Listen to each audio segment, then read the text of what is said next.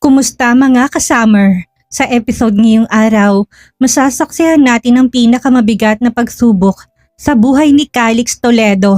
Hindi lang basta business ang nakataya, ang mismong pamilya niya ang nagtataksil sa kanya.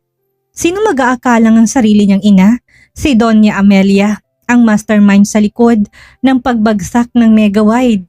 At habang unti-unting ginigiba ang kanyang mundo, isang babae lang ang nanatiling matatag sa tabi niya. Si Lara, sa gitna ng kaguluhan, media, harassment at mapait na revelasyon, sapat na nga bang pagmamahala nila para malampasan ang bagyong ito o tuluyan na silang lalamunin ng kasakiman ng mga taong tinuturing nilang kadugo? Ito ang tagpong magpapatibok ng inyong mga puso at magpapainit ng inyong dugo.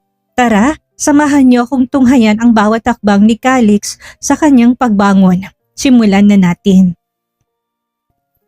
Napasinghap si Lara, agad na nagkatinginan sila ni Calix.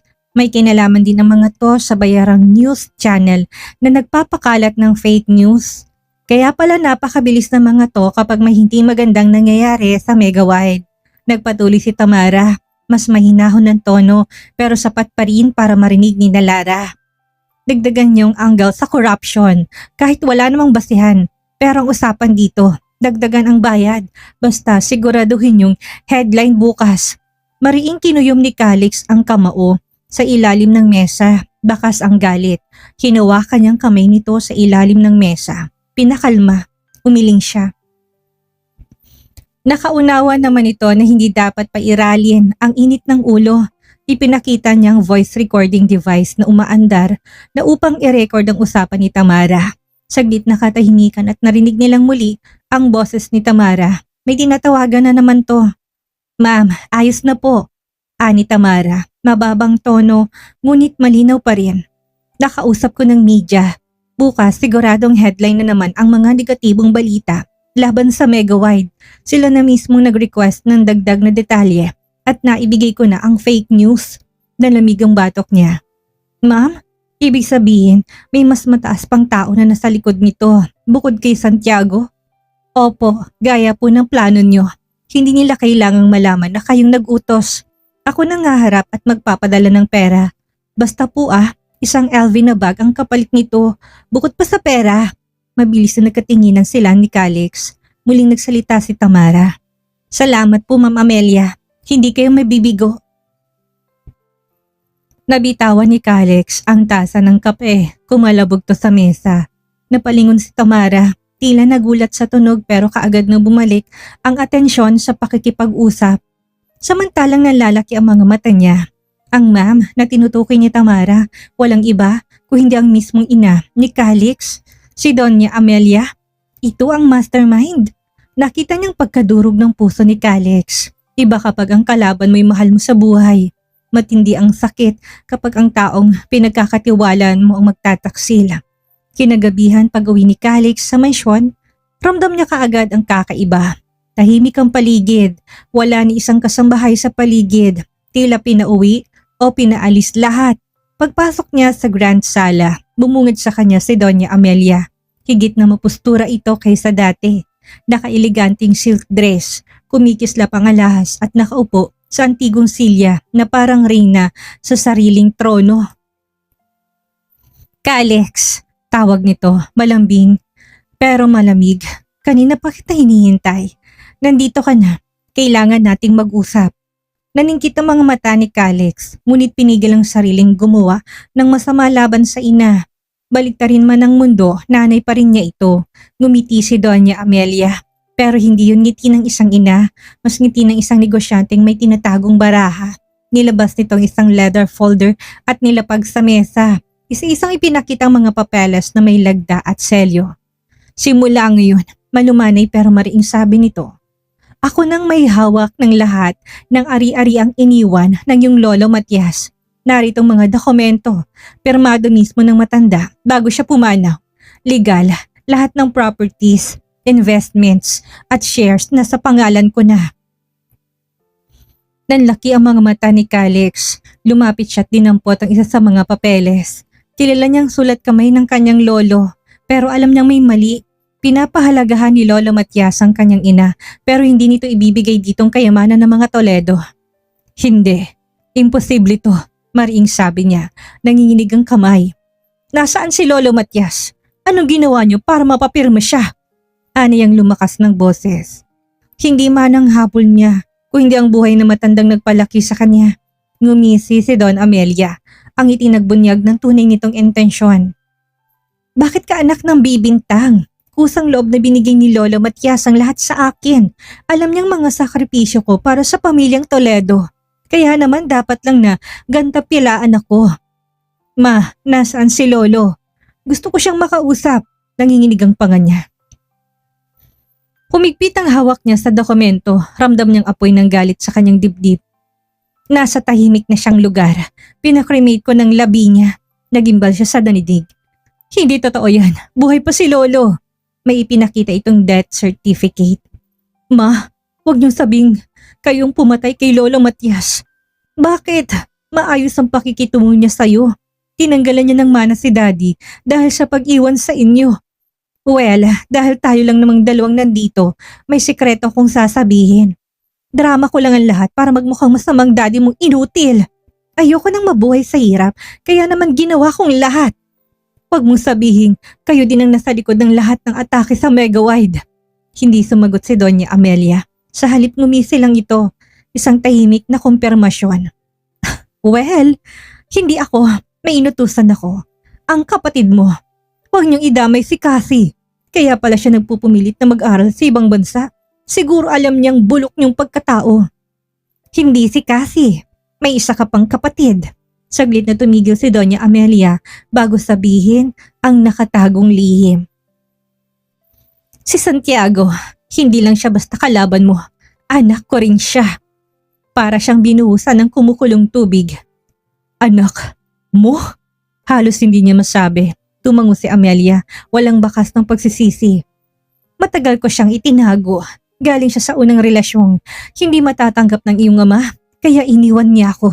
O baka dahil kahit kasal na kami, ay patuloy pa din ang relasyon ko sa ibang lalaki. Anang Donya. Ma, sabi mo hindi totoo ang mga sinasabi mo. Sira ng pamilya natin. Pati relasyon natin sinisira mo. Magpasalamat ka't nakasama mo ko. Si Santiago'ng kawawa. Iniwan ko siya para sa inyo. Pero ngayong panahon na para bumawi ako sa kanya. Inutusan ko siya na pabagsakin ng Megawide. Dahil kapag nagtagumpay siya, magugulong lahat. Mawawalang tiwala ng board sa'yo. At doon ako papasok. Ako magliligtas. Ako nga hawak ng lahat. Pwede ka pa namang maging simpleng empleyado. Kumuyom ang kamao ni Calix. Nangingitim ang kanyang mga ugat sa galit. Hindi maproseso ng utak niya ang revelasyon ng ina. Bakit mo nagawa sa amin ito, ma? Nanay ka. Dapat pinoprotektahan mo kami. Aniyang nangihinang tuhod. Hindi kita pinabayaan, Calix. Pinaalis lang kita sa posisyong masyado mong kinakapitan. At isa pa, hindi ka marunong lumaban. Sa mundong ito, ang tunay na nagtatagumpay ay ang marunong gumamit ng tao. At yun ang natutunan ko. Kapag ako ng CEO, mas aangat ang Megawide. Sa sandaling yun, naramdam niyang gumuho ang lahat ng pinapaniwalaan niya tungkol sa kanyang ina. Simula bukas, bumaba ka na bilang CEO ng Megawide, mariing sabi ni Doña Amelia. Malamig ang tinig habang inaayos ang mga dokumento sa mesa na para bang tapos na ang lahat ng laban. Nakatitig lang siya, naninigas ang panga, ngunit hindi siya nagsalita. Walang halaga ang bawat katagang lumalabas sa bibig ng kanyang ina. Ang lahat ng sakit at galit ay gustong sumabog sa dibdib niya, ngunit pinilit niya na manahimik. Tinalikuran niyang ina ni hindi niya magawang lingunin ito. Mabigat ang bawat hakbang habang umaakit siya sa hagdan patungo sa kanyang kwarto. Pagpasok niya, mabilis niyang sinarang pinto. Sumandal siya sa malamig na kahoy at napahinga ng malalim, parang may mabigat na batong nakadagan sa dibdib niya. Humakbang siya patungo sa gilid ng kama at napaupo. Nakatulala siya sa kawalan. Paulit-ulit na bumabalik sa isip niyang mga salitang narinig mula sa ina. Pinilit niyang pigilan ang luha, ngunit hindi niya napigilan ang bigat ng damdamin. Ito ng pinakamahaba niyang gabi. Hindi siya makatulog. Nakatitig siya sa kisame. Hinahabol ang mga sagot na wala naman siyang makuha. Kung paano siya lalaban, kung sinong dapat niyang pagkatiwalaan at higit sa lahat, kung paano niya haharapin ang katotohanang ang sariling inang nagbabalak na wasakin ang lahat ng pinaghirapan ng pamilya nila dahil sa kasakiman. Habang lumilipas ang oras, lalong tumitibay ang desisyon sa puso niya. Hindi siya susuko, pero para manalo, kailangan niya magplano ng mas maingat kaysa dati. At sa gitna ng katahimikan ng gabi, isang pangalan ang pumasok sa isip niya. Si Lara. Mabilis siyang tumayo't lumabas ng mansyon. Niyaya niya si Lara na magpunta sa parking ng isang restaurant. Malayo pa lang ay tanaw niya na ito. Sumakay ito sa kotse niya. Calix, anong nangyari? Kanina pa ako kinakabahan sa'yo. Mahina, ngunit puno ng pag-alalang boses ni Lara. Hindi kagad siya makapagsalita. Tila hirap buksan ang bibig, ngunit kita sa kanyang mukhang bigat ng dala-dala. Kinausap na ako ni Mommy Amelia. Panimula niya. Siya ang mastermind ng lahat ng kaguluhan sa Megawide. Nanatili lamang na nakikinig si Lara. Ramdam nitong bigat ng mga sinasabi niya. Si Santiago, anak niya kay Gilbert Aquino. Nanlaki ang mga mata ni Lara. Kung ganon, magkapatid kayo ni Santiago? Tumango siya. Heto pa, pinakita niya sa akin ang mga dokumento. Pagpapatuloy niya, pilit pinapakalmang boses. Pirmado ni Lolo Matias. Lahat ng ari-arian, lahat ng hawaks na kayamanan ng mga Toledo, pinasa sa kanya. Hindi ko alam kung paano niya nagawa yun pero malinaw na matagal niya na itong pinlano. Hinawakan ni Lara ang kamay niya at marahang pinisil. Lara, huwag kang mabibigla. Ani ang hinawakan ng kamay nito. Sa mga sinasabi mo pa lang, gulat na ako. Halos hindi maproseso ng utak ko pero sige lang, nakahanda ako makinig. Lara, wala na si Lolo Matias. Pinakremate na daw, sabi ni Mommy. Hindi niya mapigil ang luha, naging napakabuti ng matanda sa kanya. Alex, my deepest condolences. Hindi ka nag-iisa, nandito lang ako para sa'yo. Anitong hinagod ang kanyang likod. Napapikit siya, parang doon lang nakahanap ng sandaling pahinga. Hindi ko alam kung paano ko harapin ang lahat ng ito kung wala ka. Bulong niya, muling pinisil ni Lara ang kamay niya. At hindi ka nag-iisa, laban na ito. Nandito ako, Calix, hanggang sa dulo. Sandali siyang tumitig kay Lara at sa gitna ng lahat ng kaguluhan, doon siya nakahanap ng lakas. Niyakap siya ng babae. Ramdam niyang suporta. Masyado ng gabi, matulog ka na't magpahinga. Lara, samahan mo ko ngayong gabi.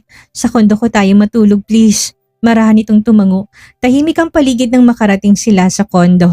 Ramdam pa rin ang bigat ng problema pero hindi na nila kailangan magsalita pa. Pareho nilang alam na ang isa't isa ang tanging sandalan ngayon. Pagkahiga nila sa kama, mahigpit siyang yumakap kay Lara. Para bang natatakot siyang mawala ito kahit na sa isang iglap lang. Salamat, Lara. Mahina niyang bulong habang nakabaon ng mukha sa buhok nito. Para saan? Tugon nito, hinahaplos ang likod niya. Dahil hindi mo ko iniwan. Kung wala ka, baka matagal na akong bumigay. Ngumiti si Lara. Hindi ako aalis, Calix, kahit na anong mangyari. At doon, dahan-dahan silang nakatulog, magkadikit ang kanilang mga puso sa higpit ng kanilang yakap. Kinabukasan sa Megawide Tower, pagbaba ni Calix mula sa sakyan, agad siyang sinalubong ng ingay. Sigawan ng mga empleyado, mga placard at media na tila mga buwitring nag-aabang ng dugo. Bumaba ka na, Calix Toledo! Ayaw namin ang korap na pamunuan. Ilan lamang sa hawak ng placard ng mga taong iba, hindi niya empleyado. Naguguluhan siya. Ano nangyayari? Paano nag-organisa ng ganito kabilis? Pilit siyang pumasok ngunit tinarang mismo ng ilan sa mga empleyado at ilang managers na dati kakampi niya. Ang ilan ay hawak ng mikropono, nagsasalita sa media. Si Mr. Calix Toledo sa ilalim ng kanyang pamumuno ay unti-unting gumuhong tiwala ng mga tao sa kumpanya, sigaw ng isang department head. Dapat siyang bumaba sa pwesto at ibigay ang pamamahala sa tao may tunay na malasakit. Kinuyog siya ng mga reporters. Sumulpot ang mga kamera, tinutok lahat sa kanya. Sunod-sunod ang tanong ng mga reporter. Mr. Toledo, paano niyo ipapaliwanag ang kaguluhang ito? Totoo po ba na may anomalya sa paggamit ng pondo? Parang biglang umikot ang mundo niya. Hindi siya makapasok sa sariling kumpanya. Nagkakagulo na sa labas ng gusali ng Megawide Corporation. Ang sigawan ng mga empleyado ay halos natatabunan ang boses ng mga reporter at mikropono. Si Calix nasa gitna ng kaguluhan ng mga reporter at galit ng empleyado. Mr. Toledo, sagutin yung issue ng korupsyon. Hindi mo ba kami maloloko? Bumaba ka na! Nanginginig ang panga ni Calix pero hindi nagpahayag ng kahit na anong salita. Ang mata nito'y puno ng bigat at pagkalito. Nagmamadaling bumaba si Lara mula sa taxi. Nakadisguise ulit siya para hindi makilala. Kanina lang siya tinawagan ni Jessa tungkol sa welga at hindi siya nagdalawang isip na puntahan si Calix.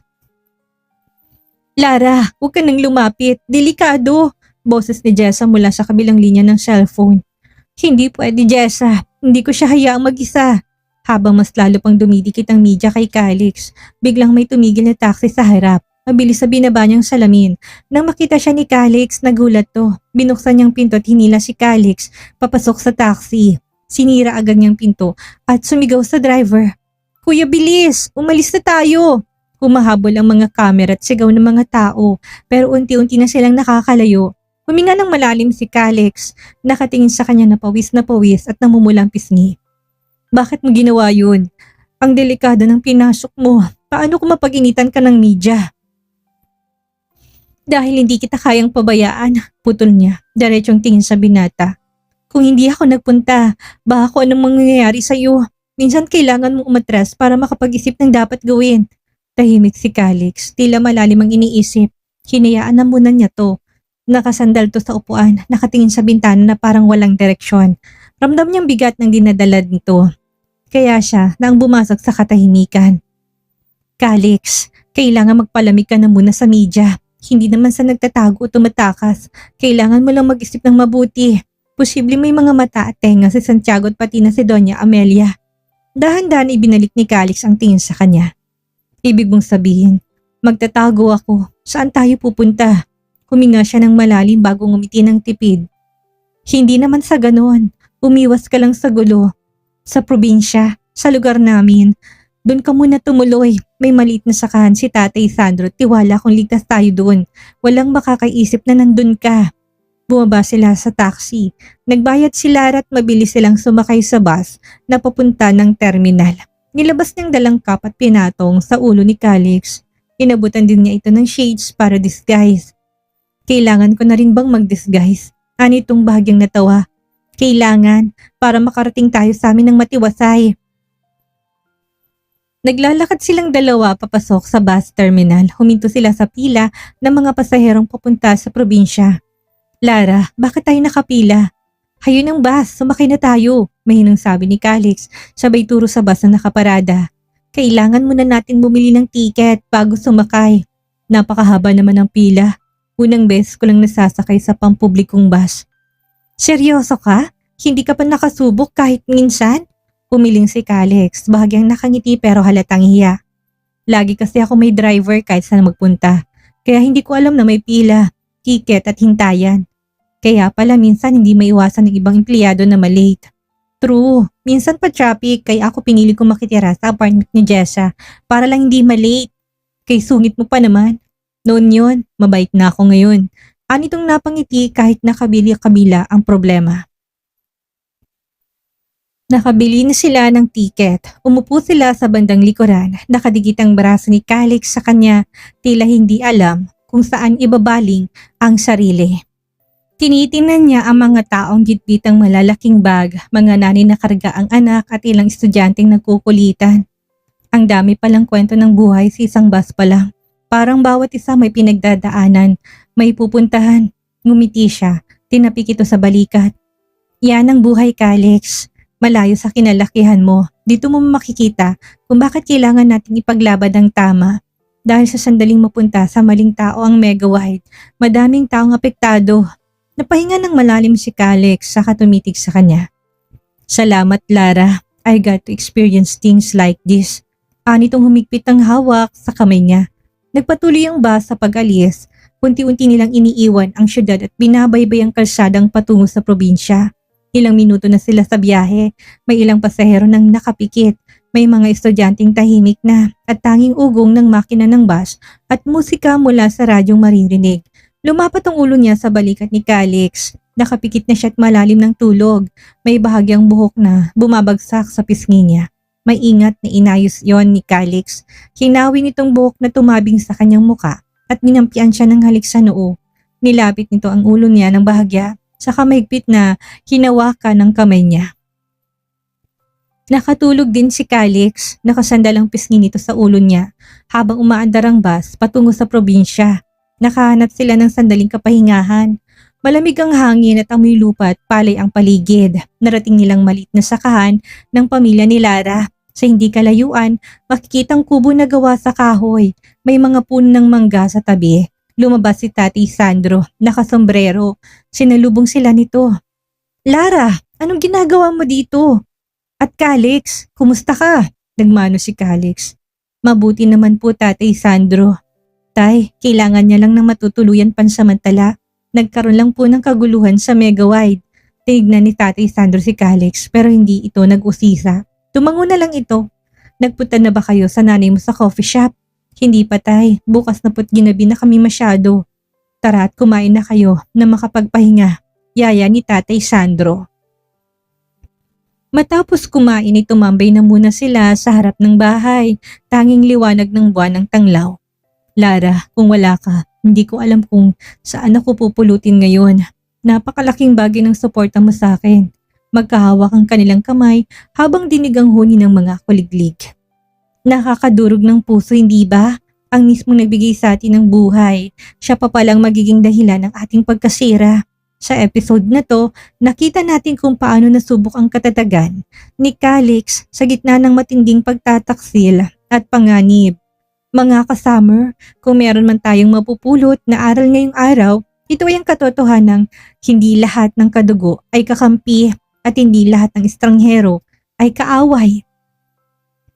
Minsan, ang tunay na pamilya hindi nakabase sa dugo, kundi sa kung sinong nananatiling tapat sa tabi mo, lalo na sa oras ng iyong pagbagsak. Tulad ni Lara, ang tunay na pagmamahal ay hindi naghahanap ng kapalit, handa itong sumagal at magpakumbaba para lamang maialay ang suportang kailangan ng taong mahal nila. Salamat sa pagsama sa ating paglalakbay ngayong araw. Huwag niyong kalimutang mag-like, mag-comment at mag-subscribe para hindi kayo mahuhuli sa susunod na yugto ng kanilang laban. Muli, ako ang inyong narrator na si Miss Maria at ito ang Summer Chance TV. Hanggang sa muli.